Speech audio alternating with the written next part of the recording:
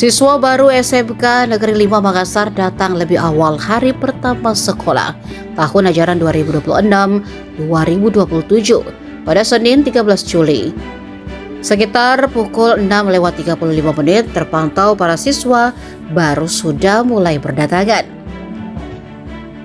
Mereka datang mengenakan pakaian olahraga berwarna abu-abu dipadukan krem. Dinas Pendidikan Sulawesi Selatan menunjuk SMK Negeri 5 Makassar sebagai pusat pembukaan masa pengenalan lingkungan sekolah atau MPLS jenjang SMA dan SMK se-Sulawesi Selatan. Sekolah lainnya sesulsel mengikuti secara daring dari sekolah masing-masing.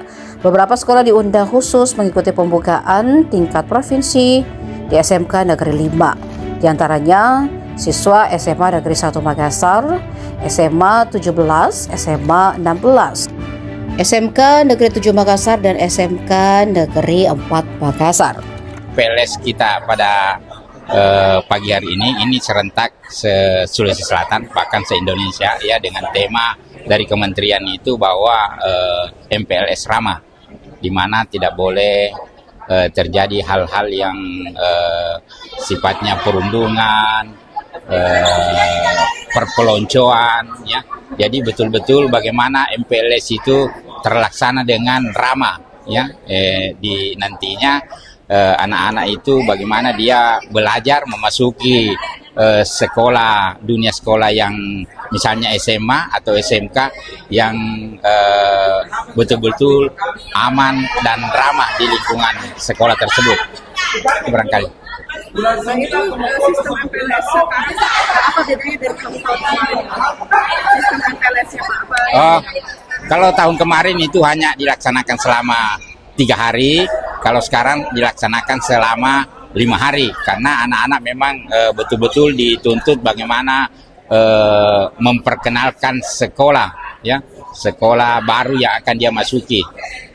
Kemudian itu tadi temanya ramah, ya. Bagaimana pelaksanaan di sekolah itu bahwa betul-betul menyenangkan, ramah, dan terlaksana dengan baik. Ada berapa siswa tadi Pak yang sudah disebut waktu pembukaan? Oh ya, jumlah siswa kita itu kurang lebih 123.000 se-Sulawesi Selatan yang masuk di negeri. Selebihnya ada di swasta. Nah Pak, bagaimana dengan siswa-siswa yang tidak lolos kemarin Pak di negeri itu? Apakah sudah mendapatkan tempat semua di swasta atau bagaimana? Ya, kita akan drop ke beberapa sekolah-sekolah swasta. Karena negeri dan swasta itu kan sama-sama. Ya. Tapi sudah ditekankan bahwa sekolah negeri dan swasta itu sama ya? Iya, sudah. Beberapa kali kita melakukan sosialisasi bahwa sekolah negeri dan swasta itu sama. Ya, statusnya sama. Ya. Tapi berapa siswa yang sudah, maksudnya yang di swasta Pak, dibanding dengan yang di negeri Pak? Kira-kira perbandingannya? Oh, perbandingannya itu sekitar 60-40 lah. Ya, sekolah kita di Sulawesi Selatan itu tingkat menengah kurang lebih 1.115 sekolah. Baik itu SMA, SMK, dan SLB yang negeri dan swasta.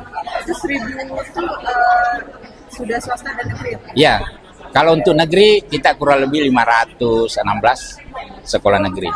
Oke, dan ini sekarang sudah siswa-siswa sudah tersebar juga ya? Iya, kita harapkan yang tidak lolos di negeri itu akan di-drop nantinya ke swasta.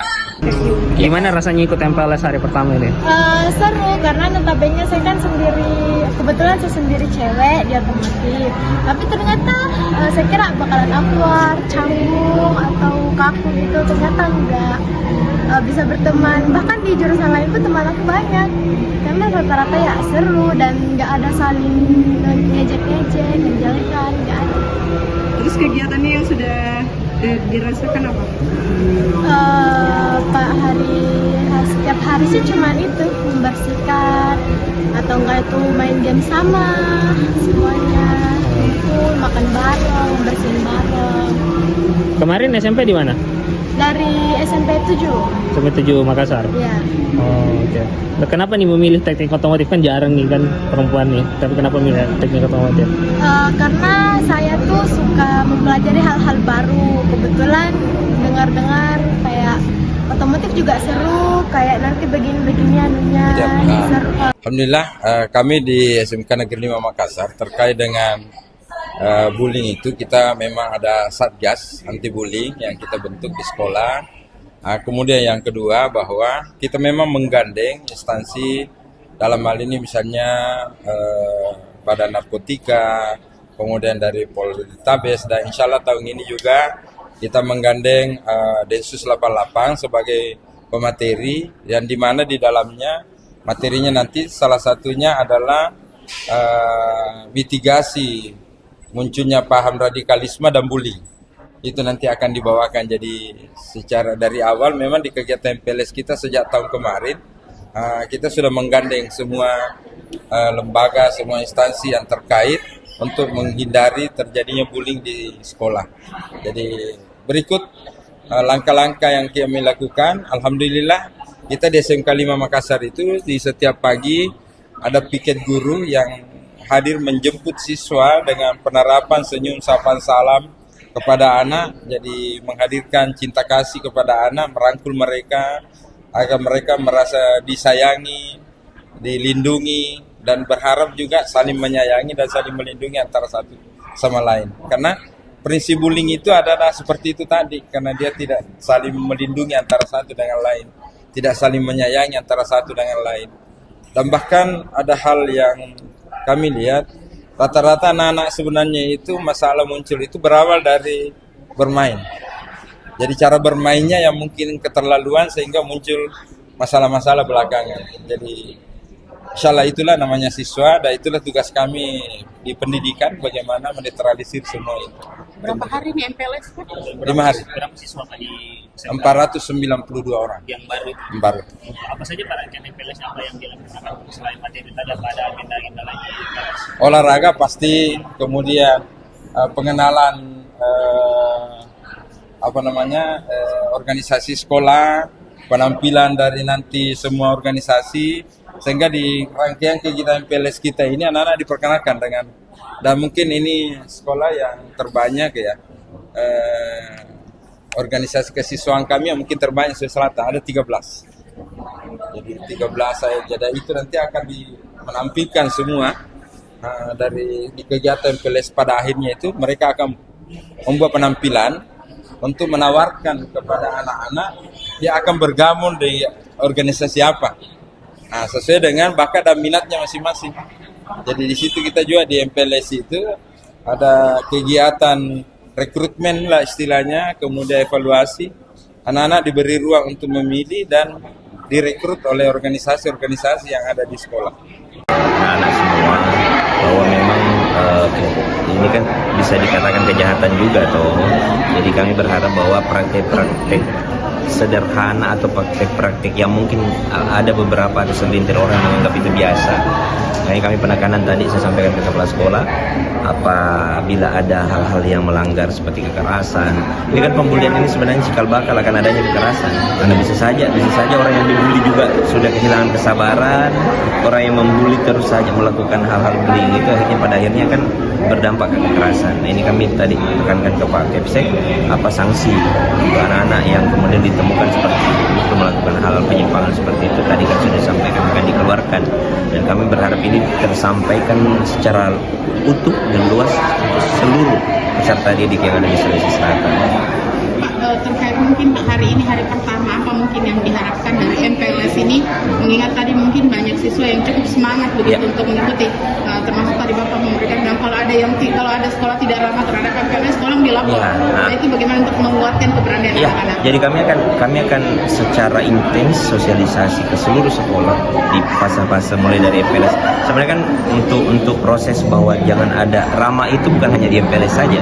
Kami berharap bahwa seluruh proses pembelajaran dari kelas berapa sih istilahnya, kelas 10, 11, 12 itu tidak ada lagi hal-hal atau praktek-praktek yang kemudian kita lihat menyimpang dari esensi pembelajaran. Penampilan siswa baru ini kan cukup banyak ya, tapi mungkin banyak juga yang tidak masuk sekolah negeri. Nah, itu bagaimana mungkin Disdik meminimalisir mereka yang tidak masuk sekolah negeri ini untuk bisa sama begitu untuk pembelajaran yang di awal? Jadi kami kembali akan melakukan cek data dulu berapa sebenarnya dari siswa-siswa yang kemarin, karena ini kan kuota juga terbatas. Kami juga punya keterbatasan kuota untuk kursi yang ada di sekolah-sekolah negeri. Tapi kami berharap masyarakat kami ini sebenarnya berharap akan ada nanti, ini kan ada beberapa program juga dari pemerintah pusat, sekolah rakyat, sekolah unggulan, yang kemudian apakah bisa kita nanti terjewantahkan masuk sebagai program juga di pemerintah daerah. Apakah memungkinkan nanti misalnya teman-teman atau anak-anak atau orang tua yang anak-anaknya belum dapat sekolah, kita kan punya program juga bahwa semua tidak ada siswa yang tidak sekolah. Kami berharap seperti itu sebenarnya. Jadi kami berharap nanti ada proses cek data yang kami lakukan untuk memastikan bahwa tidak ada anak yang putus sekolah. Kemarin kita juga punya dapat penghargaan karena dari Bappenas bahwa Sulsel itu punya tingkat ATS yang sangat rendah dibanding dengan provinsi-provinsi lain. Baik, seragam Pak, mungkin yang lagi ramai ini ada pembayaran, kan kita tahu memang sebenarnya ada pembayaran. Itu seperti apa sih Pak, mungkin pembayaran seragam sekolah dan bagaimana mungkin anak-anak yang tidak mampu terkait dengan seragam mereka itu? Jadi terkait dengan seragam sekolah, ini kasusnya kemarin ramai kan, ada kasus. Sebenarnya setelah kami lakukan cek dengan kepala sekolah, program itu sebenarnya adalah program yang diharapkan untuk membantu itu dalam artian ketika disediakan di sekolah, untuk apalagi pergi cari di luar. Kalau memang mengenai harga, sebenarnya ada relaksasi juga yang dilakukan oleh sekolah pada saat itu. Relaksasinya adalah bisa dilakukan pembayaran dalam cicilan, artinya bisa karena di koperasi kan, itu koperasi sekolah. Jadi sebenarnya bukan paksaan. Jadi penawaran ke orang tua siswa ini, kalau daripada kita jauh-jauh pergi cari keliling ke mana, rapor sini, ke Bantai, Pabambai, ini ada yang kami siapkan yang sudah sesuai dengan norma atau ketentuan yang sudah diatur mengenai seragam sekolah. Tapi itu bukan paksaan sekali lagi.